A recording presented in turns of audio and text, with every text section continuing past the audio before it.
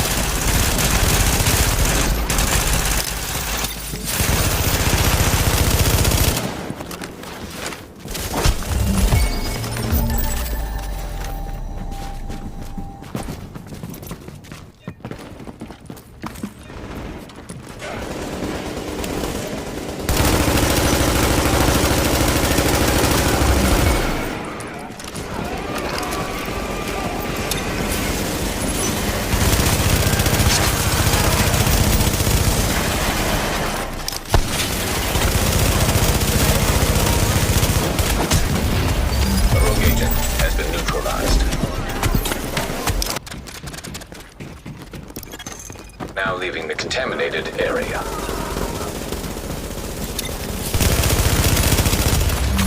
Rogue agent down. Proximity coverage only. Backup activated. System rebooted.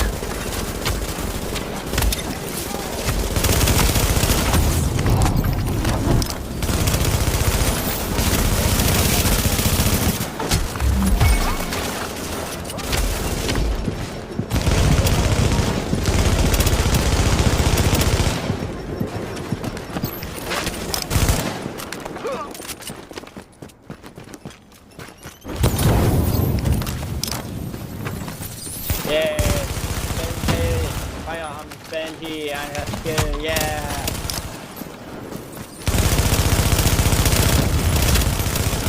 Yeah, so much.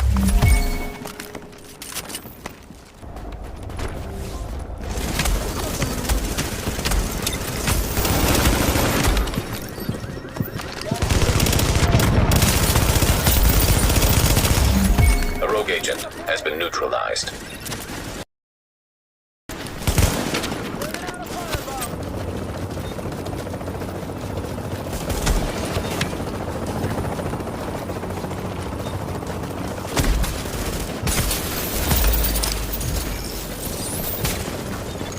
Commencing cargo retrieval.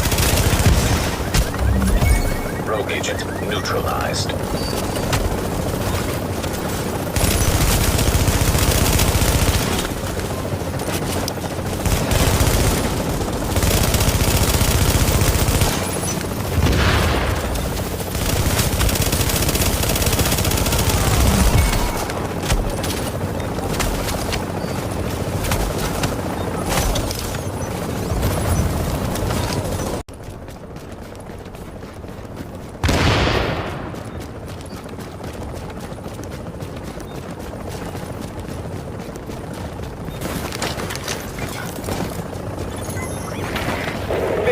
Seconds.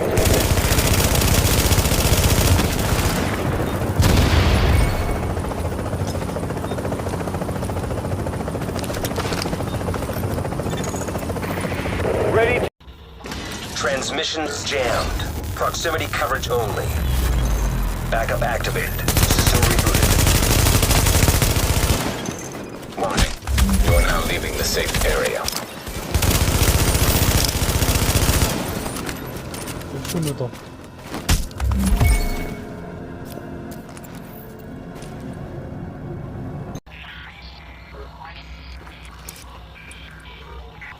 Transmissions jammed. Proximity coverage only. Backup activated. System rebooted. Caution. Entering dark zone.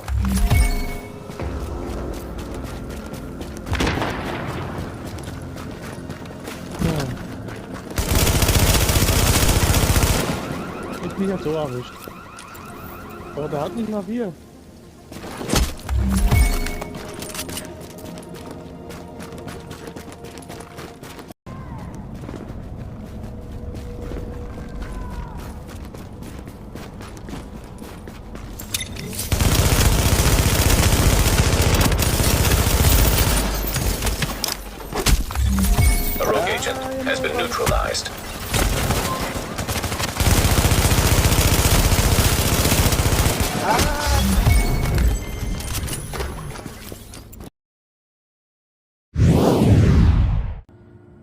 Hey guys, I'm Clint Flaywoo. Welcome back to another Division build video, and today is a special build. This is a Dark Zone only build, solo PvP. This is all about hunting rogues. Don't get me wrong, you can use this if you are rogue, if you want to go rogue, but what I'm showcasing here is my build that will take out rogues with ease. I've had messages asking me why am I running a 10k firearms build, and the answer is I'm not. Screenshot, take a look. This is my 4-piece Banshee rogue hunting build. This hits like an absolute monster. It is really strong. Not to mention the bonuses from the exotic piece and the gold piece that make me extremely strong and viable solo against any player. Yeah, so this, again, if you're taking on a nomad or taking on a pred, you're in such a really good place because of the way this build is set up. So let's take a look. So running 4-piece Banshee. So what does Banshee do for the build? Let's take a look. Set bonus 2 is 20% looted DZ funds. Set bonus 3 is 10% damage to targets out of cover. Set bonus 4 is Banshee. While rogue, all ammo is completely refilled every 30 seconds. Damage taken from non-rogue players reduced by 10%, which is really good to have. While not rogue, damage to rogue players is increased by 10%. This bonus is increased to 20% for 10 minutes after being killed by rogue. So this is a PvP build. So don't use this in the light zone, don't use this for farming. I built this solely to get out there and compete against other players. And you've seen the footage, and you know it shreds. It's as simple as that. So let's take a look how I've got this set up. I'm running with a Barrett's chest piece. And what does Barrett's do for the build? The talent is no skills on cooldown, increases skill power by 10%, and you can see that reflected in the skill power currently. The skill power as a base on 3k electronics is around about 88, 89k. I'm getting an extra 9k from that, which puts me to about 97.5. One skill on cooldown increases damage by 5%. So, in a nutshell, what you would do with this build when you're taking on rogues, or even if you are rogue, make sure you pop your booster shot first. Pop your booster shot, you are going to get that huge fluctuation in damage because of the 5% from Barrett's and how Banshee operates against rogue or non-rogue players. You will get that 10% buff either way, or if you've been taken out by rogue, you have that 20% buff. Not to mention what booster shot and what Barrett's does for you, you're in a very strong place to deal some insane burst damage very quickly.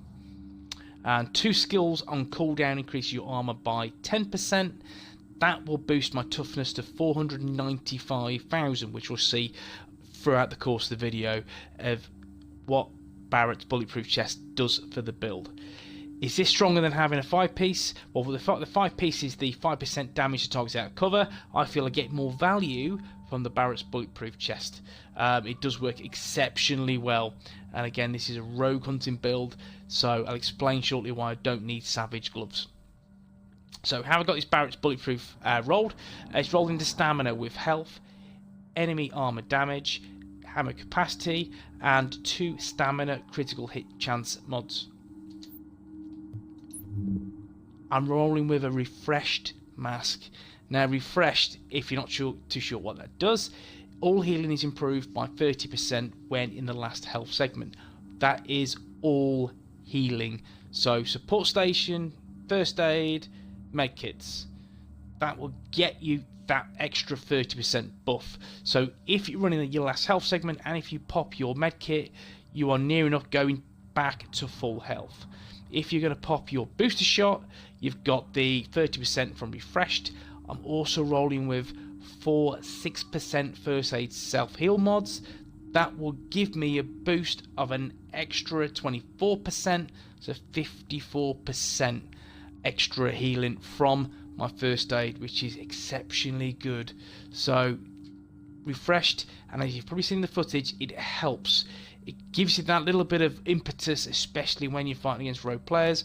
Pred builds, as an example, I was fighting a Pred early today. What happened? The Pred bleed kicked in because I've got no EDR on the build whatsoever. My health segment dropped to to the last final one, so I'm down to the last 33% of health. I popped that medkit, I was back to full health, which is awesome. So you're not only just back in the fight, you're there at full health. That's without popping booster shot if you haven't already. You're in a very strong place to make sure, yeah, you've avoided that 10 bullet burst damage and the bleed, and you're in there and about to take a Predmark build down.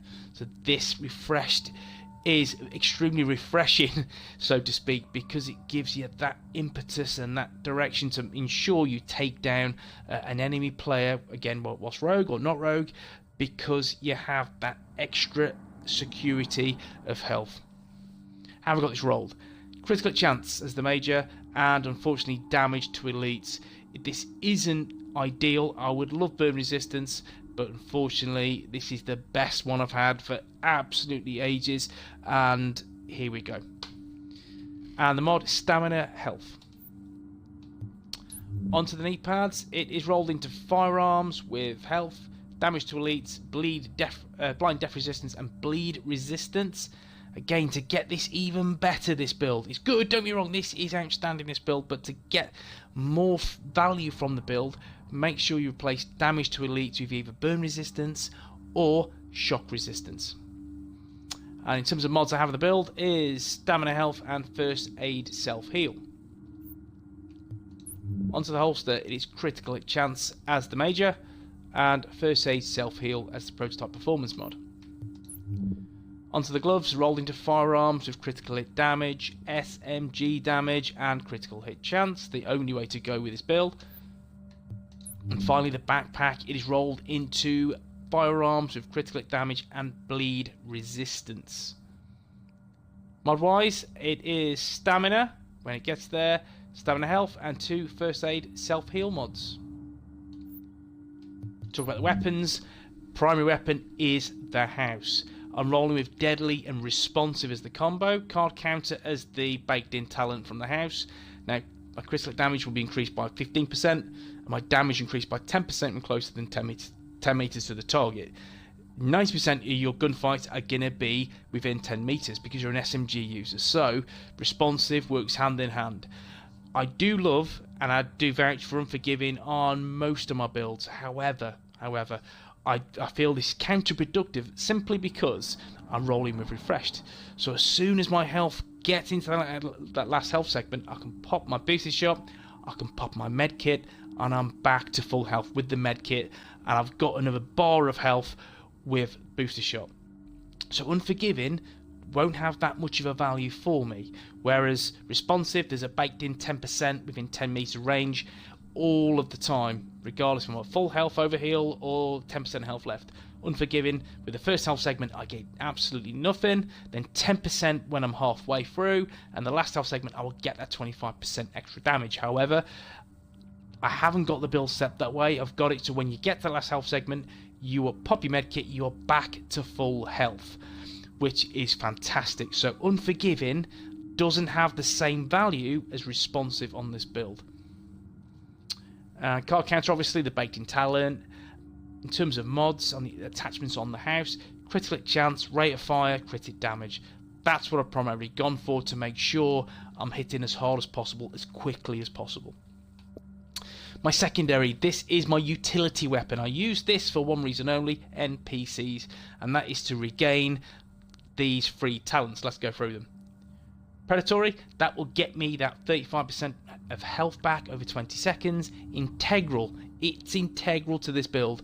You know, there's not much sustain through the primary weapon, it's all about damage. So Predatory will get me that health kick over 20 seconds to get as much health back as possible. Then I'm rolling with Sustained. Kill a target, increase your health by 6%.